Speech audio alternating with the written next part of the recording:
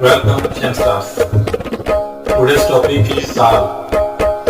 कहते हैं गाना कितना भी सुरीला क्यों ना हो, पर बिना ताल के सुनने वाले को आनंद नहीं आता. बिल्कुल सही. गायन, वादन और नृत्य ताल रहित अधूरे से लगते हैं. ताल ही गायन, वादन और नृत्य की शोभा को बढ़ाती है. ताल देने के लिए संगीत में तबला, ढोलक, मृदंग, नगाड़े और वेस्टर्न इंस्ट्रूमेंट के अंदर ड्रम इत्यादि का प्रयोग किया जाता है. ताल ही गायन, वादन और नृत्य के ऊपर अंकुश लगाकर रखती है, अर्थात उसे अपने कंट्रोल में रखती है. ताल कहते किसे हैं?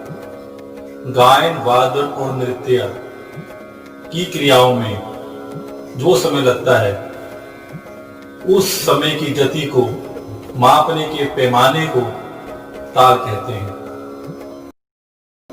ताल में कुछ एक छोटी छोटी परिभाषाएं होती हैं जिन्हें समझना बहुत ही जरूरी है.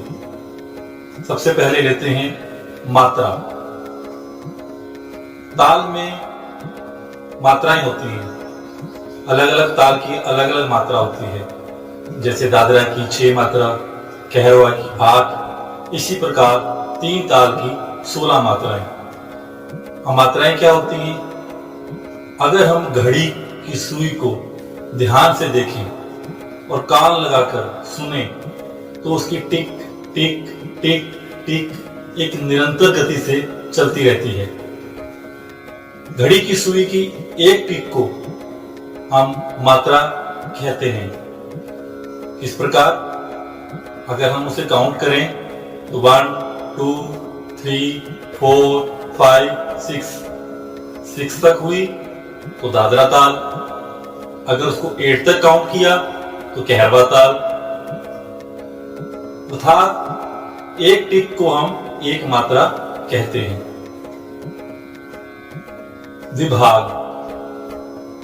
संगीत में प्रत्येक ताल को विभागों में बांटा गया है. दादरा ताल 6 मात्राओं की होती है या 2 विभाग में बांटी जाती है. कहरवा ताल 8 मात्रा की होती है, वो भी 2 भागों में बांटी जाती है.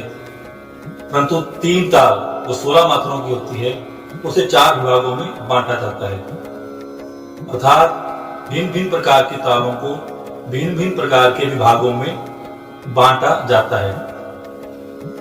अगर हम कहरवा ताल का ही उदाहरण लें तो यह 8 मात्राओं की ताल होती है और इसके 2 विभाग होते हैं. यानी कि पहले विभाग में पहली 4 मात्राएं और दूसरे भाग में बची हुई अन्य 4 मात्राएं. सम. ताल की पहली मात्रा पर सम का चिन्ह होता है जिसे क्रॉस के निशान से दर्शाया जाता है. सम जहां से ताल की शुरुआत होती है उस जगह को ताल में सम कहते हैं. ताली.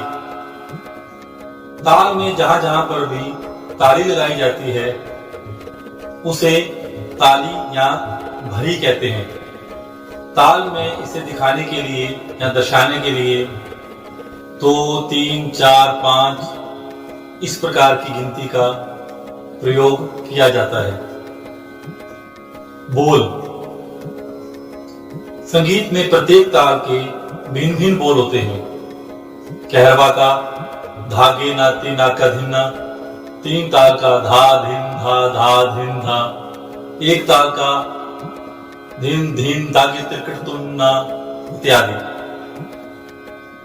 ताल के इसी शब्दों को ताल में बोल कहा जाता है. खाली. ताल में जिस जगह पर ताली का प्रयोग नहीं होता उस स्थान को हाथ के इशारे से खाली से दर्शाते हैं. खाली की पहचान के लिए ताल में इस जगह को शून्य द्वारा दर्शाया जाता है. आवर्तन. किसी भी ताल की पहली मात्रा से अंतिम मात्रा तक की क्रिया को आवर्तन कहते हैं। अर्थात पहली मात्रा से शुरू कर अंतिम मात्रा तक गाने व बजाने की क्रिया को आवर्तन कहते हैं, जो कि एक चक्कर में पूरी होती है। जैसे ताल कहरवा की 8 मात्राओं में धा गे ना ती ना का धिम ना के बाद धा का प्रयोग किया जाता है, यानी पहली मात्रा को फिर से बोला जाता है। इस पूरे आवर्तन को या इस पूरे चक्कर को ही ताल में आवर्तन कहते हैं। Thank you, Shamstars. That's all for today. You can drop your queries on the Google Classroom. Take care.